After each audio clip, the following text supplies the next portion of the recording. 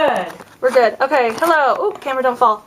Okay, this is the second time because I ran out of space in the camera because I forgot to delete stuff. So, I have my lovely assistant here, my mother, and she's actually going to pick the name for this week's giveaway winner of the white spray ink. Ooh, excitement in the room.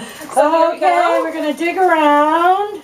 Oh, and we come out with Melobi from the Netherlands, who actually had questions. Yes, so the Netherlands. hello, and I'll send you a message, or you can send me one, whichever one happens first. first. This with you. Yeah. So congratulations. All right. All right. I take the dog now. Come on. And go. I extra stage right. Yes. Thank you. Congratulations.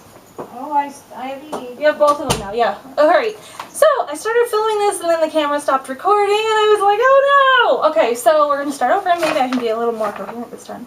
Anyway, hello, and I'm actually doing this one sitting down because I've had a huge flare-up the last couple days. I actually spent all day yesterday in bed, literally in bed, playing on my laptop the whole time.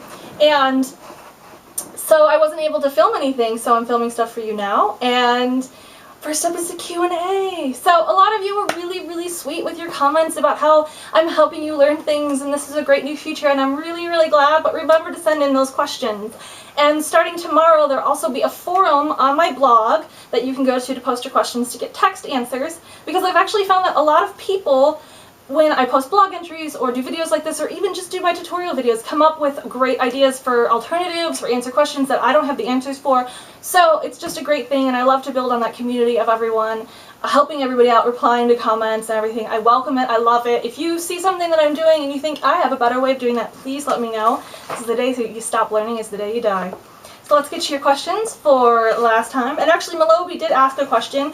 She wanted to know about if you can mail me stuff, and yes, you can. That's why the address is there. I love getting mail, and if you send me something, I usually send you something back, which is a lot of fun. And she also wanted to know about my favorite artists and my favorite websites. So what I'm going to do is I'm going to actually make my blog Love-In list public, or add a widget or something. I don't know.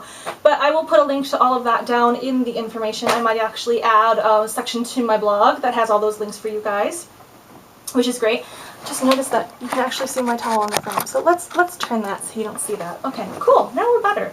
Okay. Yeah, I'm filming at in my bedroom desk. Okay, so let's see what else we have. Stephalyn, I actually replied to her comment, but I didn't actually reply to all of it on camera. But she asked about how I love spray inks, but after I spray them, I normally start to build my layers, which normally means laying down some matte medium to add paper. Once the matte medium touches the ink, it starts to spread and blur the image I just sprayed on. Any tips?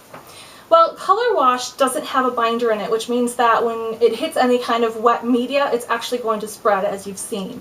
And there are some great alternatives. There's things like Radiant Rain, Glimmer Mist. I use Landy Stamp Gang stuff as well.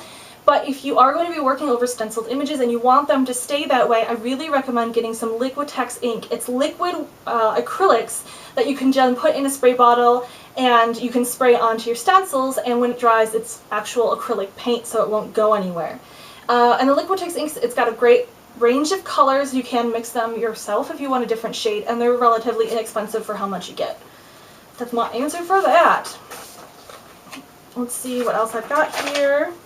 Sharon asked about what type of camera do you use for your videos? It's very clear. Is it a flip? I don't use a flip, and that's because when I had a flip, and then I had a camcorder, an actual camcorder that recorded on digital video, and then when I was researching flip, I found out that they're going to stop producing them.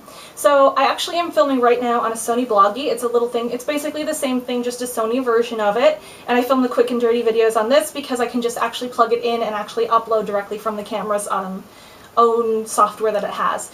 When I'm filming my tutorial videos, those are done on a Sony NEX5. It's the new line of digital SLR cameras that are smaller and compact.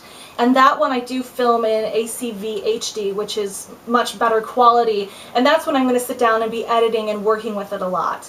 So I have two different cameras that I use, but they both are filming in full HD 1080i, which is great because then it makes it really clear for you guys to see what I'm doing and what I'm talking about. So if you don't want to spend a huge amount of money, you can find a flip. They're still going to work even though they're not producing them anymore. But I use Sony products because when I went to school for television production, and we use Sony cameras, and it's just the quality and the software and everything that I'm used to. So it's kind of like one of those things. And I am, the video class that I was going to do last year, some stuff happened and I ended up not doing it, but I've actually learned a lot more about what you guys are looking for in terms of what you want to learn about putting videos on YouTube through questions that you've asked and messages I've gotten. So I'm actually sitting down to write it. It's going to be a lot less technical than what I was writing because I can get really, really into it, but I hope to have a great primer up for you guys by May. To take to just learn the basics of making videos and filming and stuff. And I am going to gear it towards people who don't know a lot about it, and then I think I'll have a secondary class that actually is more advanced to get into more advanced editing techniques and so on. So that is in the works finally for you guys. It's going to be great. Let's see. I have lots of comments. Okay, so the last question that I wanted to talk to you about was from Suzanne. She says, love your videos. Do you make art every single day? Do you set a specific time to do so? Is arting your full-time job? How were you first discovered? And have you ever been interviewed in any way? It's a lot of questions. First, I do art every single day. I do something every day. Even on days like yesterday when I had a flare-up, I was working in Photoshop doing some digital art. Some days I'll just wake up and just do a couple of doodles for maybe 10 or 15 minutes, and that might be all the art that I do that day. I do write every day as well, and I consider that art as well. You know, that's also art. I don't have a specific time that I sit down to work on things. Whenever I have energy or inspiration, I'll sit down. But I do make sure that I sit down every day at some point in the day. It's usually around this time, which is late afternoon. I think it's around 5 o'clock right now. And that's usually when I have good energy to sit down. I'll sit down for 2 hours and I'll actually do art for that time, and then I'll go watch my nighttime TV because I'm a TV junkie. And I'll sit and I'll actually doodle and sketch and such when I'm doing that. Now that I'm taking a drawing class, I do art on Monday and Wednesdays, of course, in class, and then I do work on my homework every day. And it doesn't take a lot to just sit down and do something. I mean, even if you sit down and you have one project you're working on, you give it 15 minutes every day, you'll get it done. It won't be done all at once, but it will get done, and you'll be amazed at how much you can accomplish just setting aside that much time per day. If you have a more rigid style to your day, you might want to sit down, you know, before you go to work or when you get home from work or before you go to bed, just some time to work on your art. And I do it full-time. It is my full-time job. I don't make a huge amount of money, but I do make enough to pay my bills, pay for my medications, and so on, and contribute to the household, buy groceries, all that kind of stuff. So it's a lot of fun. And I was first, discovered. My first interview that I ever did was for Moleskine because I was a Moleskine artist. That's how I started, and I was interviewed in 2006, back when the site was an infant. And I posted a lot on Flickr, and that's where a lot of people first found me, was through posting on Flickr. I have been interviewed, I've done a couple website interviews. I have had an artist portfolio in Art Journaling magazine. I've had articles published for a while. The first article I had published was in 2007. I liked making bags and messenger bags, and I altered them and did a lot of art on them. And I took a chance, I took some pictures, sent it in. They said, can you make some more? And I did, and sent it in, and that's how it gets started. And that's pretty much what you have to do. I have a lot of friends who are afraid of submitting stuff. I know the girls at Stampington, they're very sweet, very kind, and because they have so many publications, there's usually room for you to have something published, which is great. I've also worked with the gals over at Cloth Paper Scissors. They're very great, very professional, very, you know, I haven't had as much contact with them, and they're a little more strict with the articles that they're going to publish because they are only one magazine. So, just get your stuff out there, say that you're available for interviews, and just post your artwork on sites like Flickr is a great site, and I think Pinterest is a good site now for you to get discovered and such. But I never really went and promoted myself. I just put my art out there, and if you like it, you like it. If you don't, you don't. But I'm not going to, be jumping down everyone's throats. I'm really bad at marketing myself, which is something that I have to work on, but I do. And it is my full-time job. And there's this misconception that if you take your art from hobby to full-time job that you won't enjoy it anymore. But I actually love it. And I went through the phase where I had to create things to make money because I was really, struggling, and, I had a job at the same time. And now I just make things to make things that I love, and I share them with all of you guys. And I make videos because I love making videos and answering your questions and share them with you guys. And that's pretty much how I make, my money. I do a lot of e-classes. I do Journaling Deep, which is every week you get a tutorial or a prompt or something about working in your journal and having you think a little deeper about it. And I send that out every week. It's $10 a month. It's really inexpensive. So that's kind of the things that I do. But I do create every single day. Something is being created every single day or worked on every day.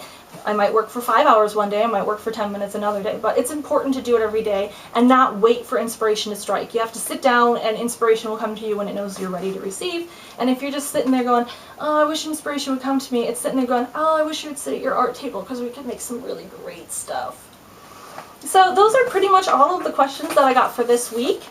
If you have any questions, of course, leave a comment on this video or on the entry over on the blog, and that also enters you for the weekly giveaway. And this week I have a set of the gel sticks, the metallic gel sticks. These are really great. I was playing with my own set of them and I thought they would be a lot of fun.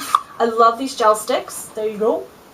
If you want to learn more about them, I'll put a link in here. I talk about them a lot and I have a little review on my blog and you can learn more about them. They're basically watercolor medium, but they're so much fun to play with. So just leave a comment with a question here on the blog and you'll be entered for that giveaway. And I will see you guys next Thursday, barring any more health complications, which I'm really hoping doesn't happen. So I will see you next Thursday on the Q&A, and I will see you next week, either the middle of the week or the end of the week, with the first part of my freehand sewing tutorial. I'm going to start it off talking about all the technical information that you need to learn about what kind of machine, what kind of foot you need, all of that technical stuff. And then the next week will be a couple of projects that I will do with the darning foot to get you kind of used to using it. So that's what's on the menu next. Of course, your questions help influence what videos I make, so I love them. Like the video, subscribe, share with your friends. That helps me out a lot. And I will see you later. All right, I'm going to get really close, so bye!